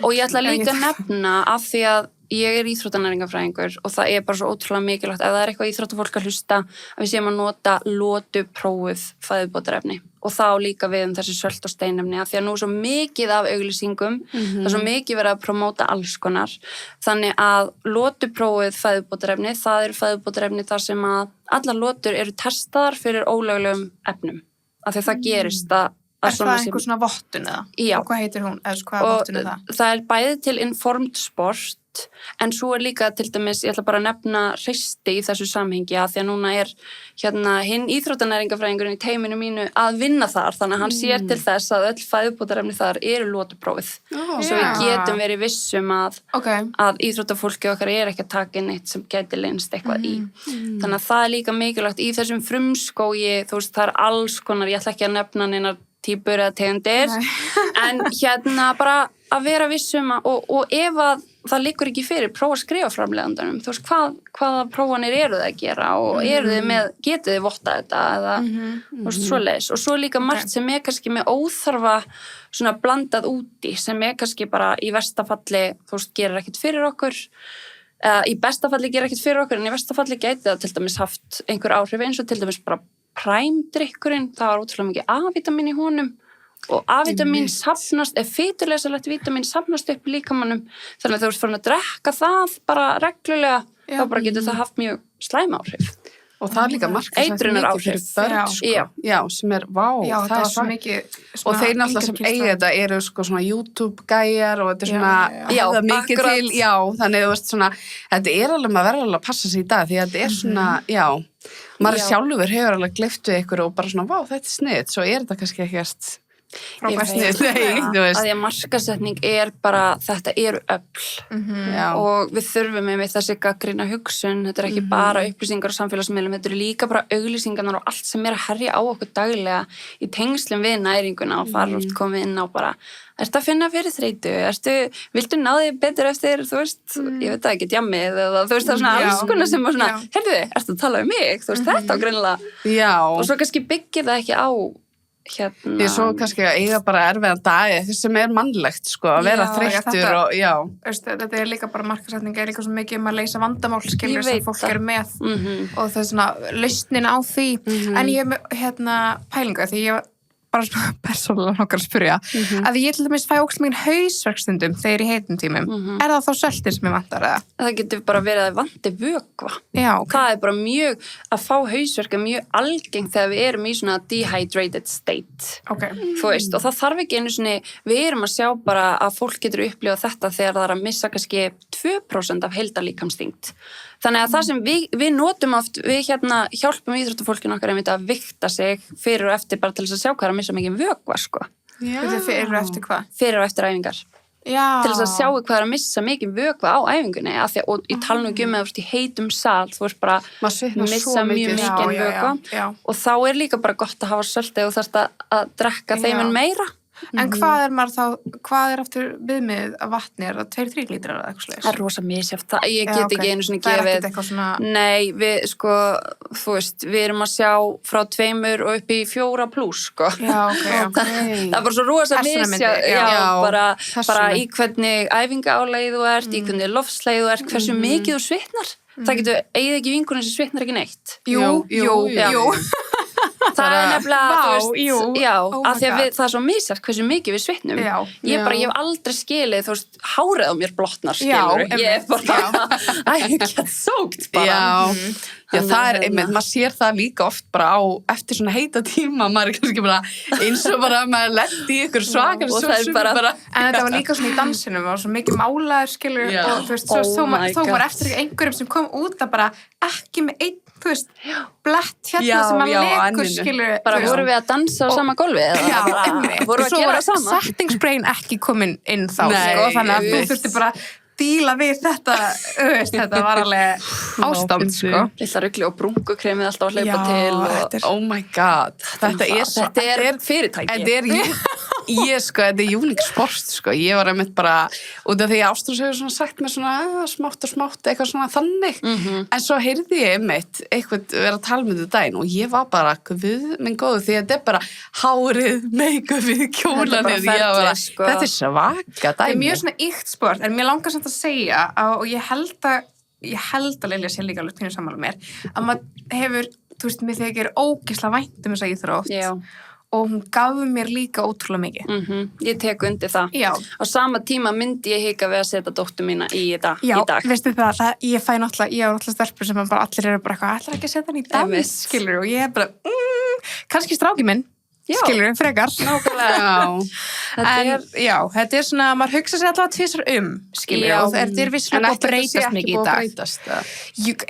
Upp á vissu marki kannski, en ég held samt að það skipta ekki máli í hvað íþrótt þú ert, ég held að þú ert sko að fara í svona afreks og fara svolítið svona langt og held ég að þetta fylgi alltaf pínu, þessi svona ekstrím hugsunarháttur kannski. Já, ég er alveg sammála því, sko, en það er eitthvað svona ekstra level í dansinum og ég ætla að leyfa mér að segja að hafi verið þannig í fimmleikunum. Mér finnst svona, nú er ég búin að, þú veist, eigi samræðum við svona fimmleikaþjálfar í dag og það virðist vera aðeins að breytast þess, þannig að þetta er náttúrulega bara þessar svona íþróttir þar sem er verið að hugsa svo mikið holdafar og útlit og svo er samt áhugavert að þetta smitast líka yfir í boltaíþróttirnar og það er ótrúlega mikið svona einmitt í öðrum íþróttagreinum líka verið að mér finnst einmitt oft gleyma strákunum og boltanum sko, af því að ég hef alveg séð það að þetta er rosalegt álag og þeir pæla alveg slatta í þessu sko. Já, það er rosa mikið svona það verður meira kannski svona body muscle dysmorphia, svona vilja vera, þú veist, köttaðir á réttu stöðunum og með vöðva á réttu stöðunum, þannig að... Já, alltaf passa að kálfanni lítið vel út. Já, en líka bara ef við komum inn á það, þú veist, nú kom ég aðeins inn á þennan hlutfallslega orkuskort í íþróttum sem nota beni er nánast eina viðfangsefni sem hefur verið meira rannsakað í konum í íþróttanæringu. En það er að koma í ljós núna að strákanir hafa svolítið gleymst í þessu af því að þeir sýni ekki eins obvious merki þetta. Þú veist, við kannski sjáum breytingar á tíðarhing og tíðateppu, þú veist, það eru svo mikla breytingar á meðan að það er kannski bara minni svona meira subtól þeirra einkenni og sjáum það oft í svona lækkuðu testosteróni. Þannig að þú veist, við megum ekki gleyma því að þetta En hvernig mælur það, þú veist, lækkun og testosteron, hvernig myndi hann finna fyrir því? Sko, kannski minnkuð kynkvöt, minni orka, þú veist, orðin lengur að endurheimta, þú veist, þreyttar í vöðvunum og svona, það er svona alls konar merki sem að geta bent til þess, en oft einmitt er þetta svolítið, bara farið á hnefunum, bara meiri vilja styrk og oft svona farið rangar leiðir að því að bæta næringunni í tengslum þetta, kannski vera að bæta prótíni, minnka kolvetnin meira þegar það ætti akkurat að vera kannski meiri fókus á að hækka bara orku þegar hann heilt yfir, hækka eins kolvetnin og því að það er líka kolvetnarhræðsla hjá þeim sko. Já, mér finnst það búið að lagast núna svona kolvetnarhræðsla en ég man bara, þú veist, örgulega við tengjum alla þegar við vorum yngri brauð var bara, þú veist, það var bara verk satans, þú veist, bara burtum þetta brauð sem betur fyrir núna komið meira eins og þú segir eitthvað, maður má fá sér brauð í hádeginu, skilu, það er ekkert eitthvað, það er bara gott fyrir mann. Og pæli ekki í því, bara fyrir þá sem er að hlusta, bara aftur í þessa 4 þætti ef við ætlum að fá okkur brauð, ég er mjög hrifin af lífskornabrauðunum, þau eru rosalega svona næringarík, hvað getum við líka bara para með brauðinu, þú veist, getum við fengið okkur, ég veit ekki hvað fólk fílar, þú veist, kannski smá smjör, egg, eitthvað grænmeti, mér sé bara smá smjör og ost og toppa með grænmeti, toppa með skorinni papriku. Geitin hjá mér er egg og gúrka. Það er geðveikt. Það er rosa old school. I love it. Já, það er gott. Það er alveg einmitt, svona hafa þetta bara einmitt, leifa sér kannski bara ekki vera fastur bara í avokadótóst og bara svona gera alls konar. Já, og svo er það líka Instagram, þessar máltíðir eru bara fyrir einhverja meistara kokka, ég horfist þetta með þetta bara, hvernig á ég að gera þetta, þú veist, þetta þarf ekki að vera svona flókið. Nei. Í alvöru, það er svo mikið, þú veist, fólk er bara eitthvað eins og að sé að reka 5-stjörnu veitingastað, sko, ég bara, Vá, ég er mjög, þú finnst og segir þetta, því að ég fekk svona, mér langar að bæta hádegismatsvenjurnar mínar. Mér finnst það svona erfiðast hjá mér að því að við erum kannski svona vinna sem við tökum ekki hádegismat. Já, við tökum ekki hádegismat. Ég bara svona, þú veist, maður vinnur fyrir sjálfan sig og maður kannski einhvers staðar eða bara heima og ég bara eitthvað svona, fæ mér einu, tvær flakkökur eða eitthvað, skilju. En ég bara, mér langar að gera svona skál eða eitthvað. Já. Og ég fór eitthvað á TikTok og ég var bara, oh my god, Þetta nei, líka bara þú veist að lúkkaði svo mikið og ég var overwhelmed og bara ég fæði mér bara flakka upp ég tek svona, oh my god en mér langar ógeðslega mikið, en ég er samt búin að kaupa þú veist, kjúkling, hrísgrjón Þú komið prótini og kolvetni já, og svo eitthvað nýtt svo hugsaði ég egg líka Já, flott, prótini bara því mér finnst það gott avokado Nákvæmlega hvað ætti ég að setja meira í? Svo vantar bara, ef þú vilt bæta við lit Já Avokadón er náttúrulega, það er bæði fitugjafi en það gefur okkur líka litin En hvaða litur væri, þú veist, myndi mér Með þessari skál, mér bara hljóma vel að setja bara gúrku, tómata, papriku, saksa, smátt, blanda svo öll saman Ok, það er There we go Kannski smá fræjum, þú veist Já, Sólblómafræ eða grasleysfræ eða sesamfræ, þú veist Sesamfræ, mér stökuð Ok Fyrir smá krönd Já, fyrir svona smá svona, já Vá, Lilja, takk fyrir þetta, nú fer ég Nei, út af mér langar skála mínu complete Því að við nefnilega erum eiginlega ofta að taka í hádeginu og ég líka bara, ég fæ mér ofta eitthvað mótnana, ætla að vera að fá mér kannski egg eða eitthvað, fæ mér ofta eitt egg svo borðaði ég kannski ekkert yfir allan daginn og svo bara kvöldmatt, sko Ok, en ef þú færðir eitt egg Já. þú veist, þá getur við tekið þessa nálgun bara hver getur þú bætt við þetta eina egg Já, einmitt, hvað gæti ég bætt við? Ef þú ertu listalaus á þessum tíma Já, ég sko reyna og ég er einmitt sá TikTok, ég er grunna, við erum bara TikTok en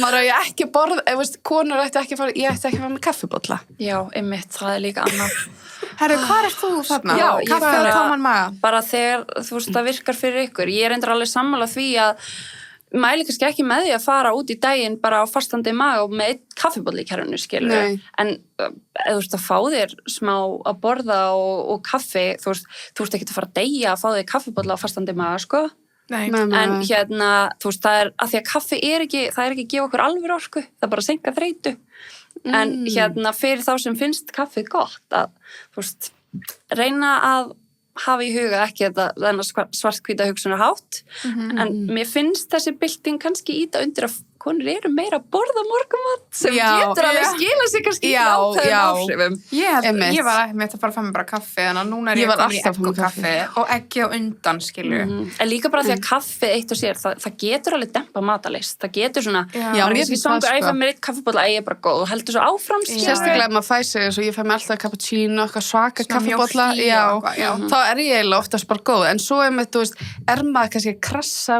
yfir daginn og maður ætlar að gera svo mikið og svo bara, ég veit það ekki. Mér finnst það alveg erfitt að koma, þessu inn. En mér langar að gera þessu ástur og bara koma með nesti eða eitthvað. Vera með að gera það. Vera bara svona, og eða þá þegar maður er heima, bara, ég ætla að gefa mér þá hálftíma til þess að búið til nákvæmlega. Og einmitt, þetta þarf ekki að vera flókið. Þú veist, eins og með þig, þetta eina egg getur bætt við eða þú ert listalaus, fáðu bara rökkjaks með smá smjöri og einmitt, kannski, þú veist, brauði kannski fyllir meira eða þú hefur ekki listað því á þeim tíma, þá getur þú notað rökkjaks og sama aðferð. Og bæti ykkur grænu. Eggið ofan á og ykkur grænu.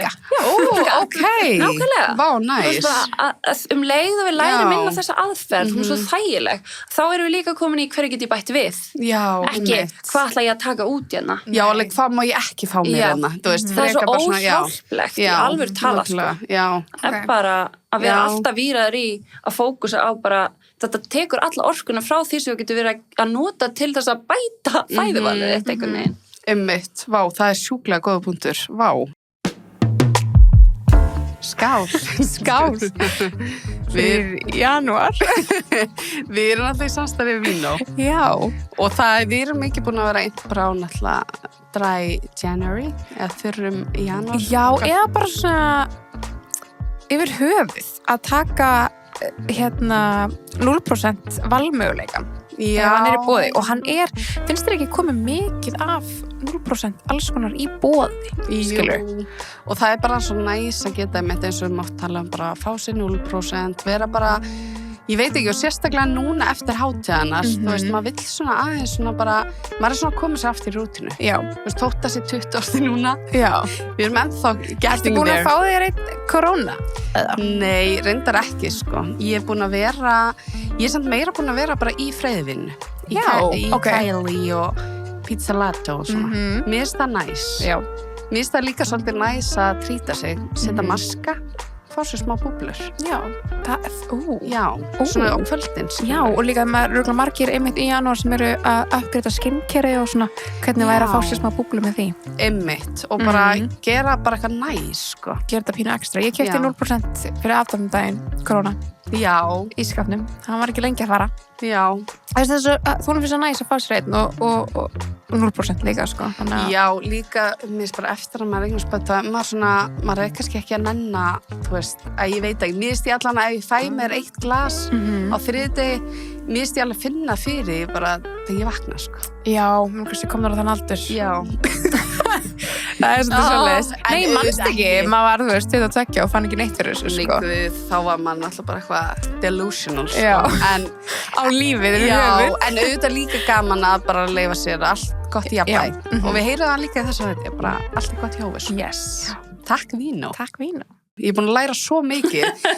Okkur langaði líka bara út, við vorum með líka vítamín, þú veist, hvað maður að taka og hvað finnst þér allar þessa vítamín, það er náttúrulega rosa mikið. Vítamín og bætiefni, þú veist, hver er þín skoðun á því? Mín skoðun er einfaldlega að bætiefni, þau heita fæðubótarefni af ástæðu, þú veist, þetta er viðbót við annars vel samsetta fæðu. Þau eigi ekki að vera, við eigum ekki að vera að treysta á þau eingöngu fyrir gott næringarástand. Að því sögðu, þá eru til dæmis bara D-vítamín og omega-3 fitusýrur, þessar fiskióljur sem innihalda EPA og DHA, það eru svona langar omega-3 fitusýrur sem við fáum annars ekki nóg mikið af úr fæðunni. Og við getum slegið 2 flugur í einu höggi með því að fá okkur lýsi. Það inniheldur bæði D-vítamín og omega-3 fitusýrur eða lýsisperlur. Svo er alveg gott fyrir konur almennt að láta athuga járnhæginn sinn. Af því að það er bara misjafnt hversu mikið blóð við missum þegar við förum á blæðingar og við svona einmitt borðum oft minna kannski og erum ekki að ná upp í þennan járnskamt sem við ættum að vera að ná upp í dagsdaglega. En einmitt, ég tek það fram, mikilvægt að láta tékka stöðuna áður eða fyrir að taka inn járn í blindni, af því að það er heldur ekki, það er einmitt steinefni og getur safnast upp í líkamannum. Þannig og svo líka bara allt annað er eitthvað sem að ég myndi freka vilja skoða aðeins fæðuvalið, til dæmis ef að ég sé að þú ert ekki að fá nóg kalk. Þá myndi ég vilja bæta við einhverjum kalkgjöfum áður en ég færi að ráðleggja kalkintöku. Og þú veist, mér langar líka að segja að þegar við erum að taka inn fæðubótarefni, ef við erum ekki með skort eða erum að ná upp í hennan skamt, þú veist, erum að fá nóg inn, þá er auka ekki að fara að gera neitt fyrir okkur. Nei. Þú veist, það getur gert fyrir okkur ef við erum að nota til þess að leiðrétta skort eða af því að við náum því ekki inn annars. Þannig að hafa það í huga, að reyna að halda fjölbreytni í fæðuvali til þess að því að þar erum við að fá inn mjög mikið af fjölbreytnum vítamínum, steinefnum, andóxunarefnum, öðrum plöntusterólum sem hafa jákvæð áhrif á heilsun okkar líka. Þannig að það er alveg bara D-vítamín og hvað það er eftir líka? Omega-3 fitusýrur er svo löngu og svo mögulega járn og svo ef maður er á okkur svona spes fæði, þú veist, er kannski grænkera eða svo leiðist, þá getur verið gott að aðtöga með B12 hæginn, passa maður sér að fá nóg jóð og svona. Þannig að það er svona ýmsar, þú veist, eftir því hvernig hópið þú ert að vinna með, þannig að þetta er ekki eitthvað svona bleitant yfir hópa sem maður getur gefið út nema þetta með D-vítamínið og omega-3 fitusýrurnar. Ok, það er geggjað. Það er líka simpul. Það er bara svona tvennt, svona, sem ég flest vita hvað er. En svona bara svona multivít, svona. Það gæti til dæmis fyrir einhvern sem er ekki að borða fjölbreytt, sem er ekki að borða nóg. Það gæti verið fínt að taka það inn.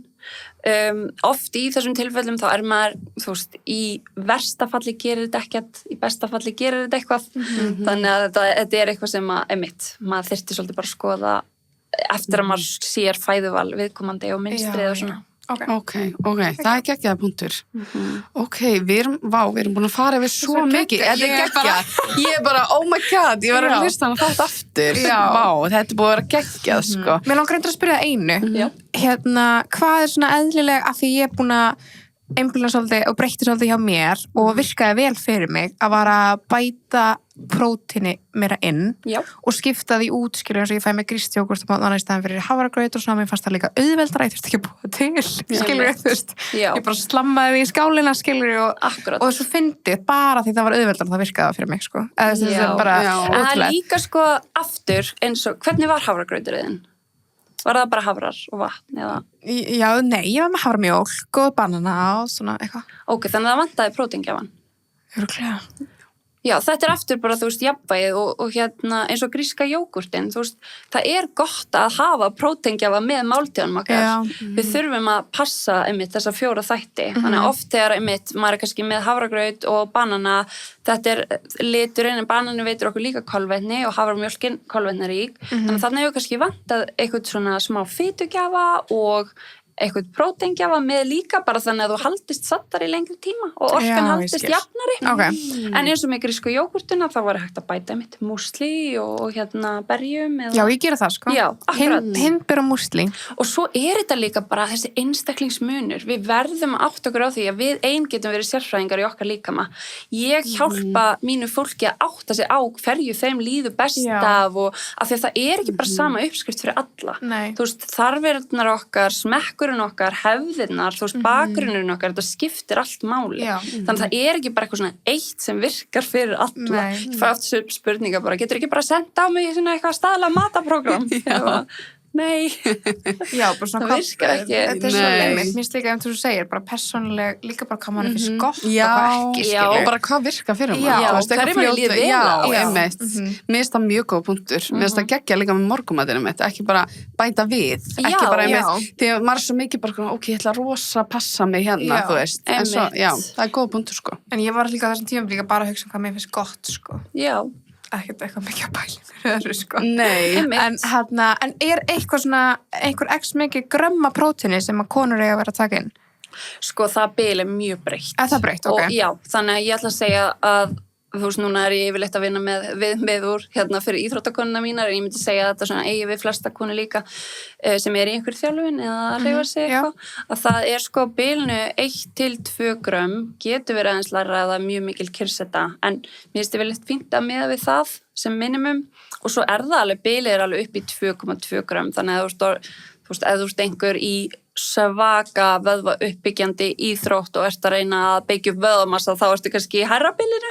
Já, ég skil, en svona, svo bara rosalega misjafnt hvar maður lætur fólki lenda og þá maður sko miðað við 1,2 grömm á hvert kíló líkamsþyngdar, eða þú veist, þá bilið 1,2 grömm eða 2,2 grömm á hvert kíló líkamsþyngdar. Þannig að maður tekur þyngdina sína og sinnum já, ég veit, þannig að þetta svona, þú veist, ég myndi alltaf vilja að þetta sé svolítið einstaklingsmiðað, bara miða við þarfir, miða við hvort að gera og miða við markmiðið þín. Ok, það góð regla líka. En bara hafa prótein með hverju máltíð, það bara það ítir undir að við séum að ná upp í Einmitt, og ekki líka algengt konur náttúrulega oft bara ekkert að bara prótein? Sko, í dag finnst mér það eiginlega orðin undantekning. Mér finnst svo mikið, það meira af, ég meira sér að fá til mín bara íþróttakonur í mikilli þjálfun sem bara, það bara prótein, það vantar öll kolvetni. Já, einmitt alveg bara í hina áttina bara. Mikil vitundavakning. Já, mér finnst það allir núna. Það náttúrulega rosa mikilvægt byggingarefni bara fyrir vöðvana og uppbygging og viðgerðir og bara byggingarefni fyrir... En mér finnst samt líka, sko, í mínu tilfelli, það var líka bara, ég vissi ekkert hvaða matur var að innihalda hvað, skilur. Já, sammála. Svona, þú veist, eða þá bara eitthvað, einhvern sem segir eitthvað, ok, þú veist, þú ætti bara, segjum, 1 gram af próteini þarna, en ég samt svona eitthvað, hvað mörg grömm í einni kjúklingabringu? Eða skilur, hvernig veit ég það? Já, einmitt. Hvað man ekki hvað, sko, ég man það ekki utan að, en kjúklingabringur mjög próteinríkar, þannig að yfirleitt til að ná upp í svona 30 grömm þá ég með við 80 grömm af kjúklingabringu, minni mig, gæti verið hærri að læra. Ok, já, ég skil, Þannig, En en það einmitt. getur verið Maður svona gott pínu og þess lost vegna í eitthvað. samhengi við, þú veist, að vigta matinn sinn eða telja, það getur verið gott bara fyrir fólk að taka eina máltíð bara til þess að átta sig á bara hvað hún að veita mér. Svo sérstaklega ef þetta er máltíð sem þið fá okkur reglulega bara til að sjá bara hvað eru mörg grömm af prótein í þessu, þú veist, er ég að ná upp í 20, 25, 30 grömm eða er hún langt undir og eins með bara kolvetni og fitu og trefjarnar yfir daginn. En hver er þú þín skoðun að vigta matinn yfir höfuð? Veist, er það, Já, það er ég er með mjög einmitt. sterka skoðun á því, Akkurat, skilurðu. og ég skila rosalega vel. Sko, við horfum á þetta að því að núna í dag er makrosþjálfun orðið þekkt sem eitthvað þar sem að fólk tekur matinn sinn, vigtar hann í hverju einustu máltíð, alltaf, alla daga. Já. Við horfum ekki á þetta þannig. Við horfum á það að vigta matinn sinn og setja inn í kerfi sem eitt verkfæri í risastóran verkfærakassa. Þannig að við erum kannski, þú veist, við erum með diskamódelin, við erum með máltíðasamsetninga, við erum með sjónrænt, við erum með alls konar aðrar aðferðir. Svo er hitt bara lítill partur sem við getum notað og nýtt okkur inn á milli. Og þess vegna eins og fyrir einhvern með sögu þú veist, óheilbrigðissambandi mat eða svoleiðis, það hentar þessi aðferð kannski ekki. Nei. En fyrir einhvern annan sem hefur aldrei upplifað þetta, af því að það er fólk úti sem hefur aldrei átt í óheilbrigðissambandi mat, að þá getur þetta verið mjög fínt tól fyrir þau, sérstaklega því meiri sem að æfinga álagi verður, því nákvæmari þurfum við að verða til að passa við séum að uppfylla þarfir. Einmitt, ok. Þannig þú mæli alveg með því, makrós, Ég er ekki að mæla með að fólk sé að vigta alla daga, alltaf og sé háði til frambúðar. Nei. Þú veist, bara til að æfa sig. Einn dag, eina máltíð, fer svolítið bara eftir. Er það ekki meira til þess að átta sig á hvað þú ert að borða og svo er það bara og setja það í samhengi með matinn. Já. En svo erum við náttúrulega líka að vinna með fólki í þyngdaflokka íþróttum og svona, þá verður þetta mikilvægt. En þá þarf maður að gera það á sem heilbrigðastan hátt. Þú veist, þetta er að því að ég þurfti einmitt að fara svolítið í það að vera algjörlega á móti þessu til þess að finna aðeins miðjuna aftur og finna svona hvernig við getum notað án þess að það breytist í eitthvað sem er óheilbrigt. Einmitt. Já, góð punktur. Ég er alveg ennþá fest það sem þú Nei, ég skila líka, en það getur verið að þú verðir þar alltaf, en ég þurfti svolítið einmitt að átta mig á að því að ég er fagaðilega að vinna með svo mikið af fólki með mismunandi sögur og fyrir þau sem eru með mikla sögum kannski íþrótta ádröskun, þá er þetta kannski eitthvað sem við erum ekki að leggja upp með. Nei. Þannig þetta er svona það er svona gott þú veist, að vera meðvitið hvað þetta getur svona byrjað að mynda í fólki, þannig að ef að svona hvað maður að segja, þú veist, ásetningurinn í að gera þetta er ekki alveg skýr nákvæmlega, ef að markmið er alltaf bara þú veist, orðin bara háði að vigta matinn og ég hef fengið fólk til mín sem ég hef þurft að vinda ofan af sig hjá af því að það er kannski búið að vera í einhvern svona makrostjálfum þar sem það er að vigta allt og er bara orðið háði og fær bara svona kvíða þegar það er ekki með vikt eða er í aðstæðum þar sem það er annar maður þá er þetta orðið, þá er þetta komið á level þar sem þetta er hætt að vera bara heilbrigt og þetta er orðið bara eitthvað svona árátta þannig að við þurfum að maður þarf alveg að passa sig, sko. Þetta er búin svo þetta er búin svo gæðið. Ég er búin að læra svo mikið og ég vona líka að hlustendur sem er búin að læra svo mikið, sko. Ég held það líka. Líka þú búin að segja þetta allt svona líka bara á mannamáli, maður getur farið eftir þess að þetta er ekki enga svona öfgar, þú veist, ég fíla það, sko. Nei, einmitt. Maður er átt örgulega sjálfur bara að flækja þetta fyrir sér, sko. Ég skilða vel, það líka bara svo mikið af upplýsingum og alls konar í gangi, þannig að maður hoppar og heilin okkar, er þetta hættulegt? Þú veist, ég ætla að passa mig á þessu. En ef fólk vil, þú veist, kynna sér þig betur og svona, ertu með einhverja miðla eða eitthvað svona sem þú vilt segja fólki frá? Já, við erum með heimasíðun okkar, nutrilite.is og svo erum við líka með Instagramið okkar, Nutrilite, þar erum við að deila bara mikið af fróðleik og uppskriftum inn á milli og alls konar og þriðja þá erum við með podcasti okkar, það er sem sagt íþróttanæring með Nutrilite sem er bara aðgengilegt á öllum helstu streymisveitum. Ok, geggjað, bara takk fyrir að koma. Bara takk hérlega fyrir að fá mig. Bye.